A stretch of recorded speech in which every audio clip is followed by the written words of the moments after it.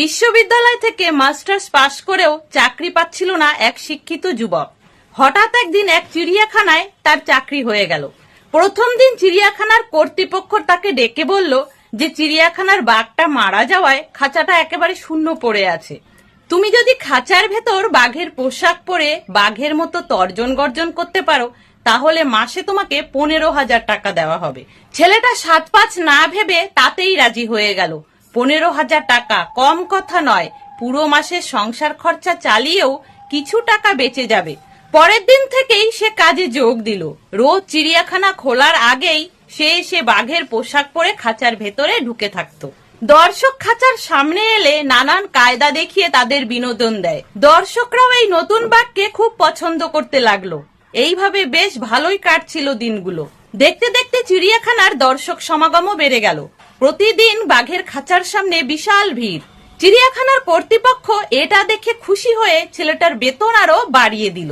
এইভাবে দিনকাল ভালোই চলছিল, কিন্তু হঠাৎ একদিন ঘটলো এক বিপত্তি। বাঘের খাঁচার পাশেই ছিল সিংহের খাঁচা, মাঝখানে ছিল একটা লোহার জালের বেড়া।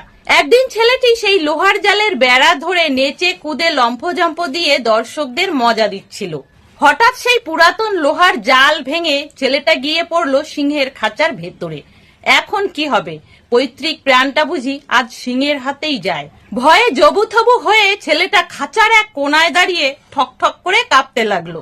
এদিকে সিংহ প্রথমে ছেলেটার দিকে বেশ কিছুক্ষণ চুপচাপ তাকিয়ে রইল।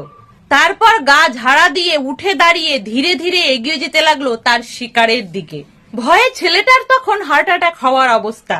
সে তখন প্রাণপণে চোখ বন্ধ করে এক মনে ভগবানকে ডাকতে লাগলো। হঠাৎ ছেলেটাকে অবাক করে দিয়ে সিংহ বলল, ভাই, আমাকে দেখে এত ভয় পাবেন না।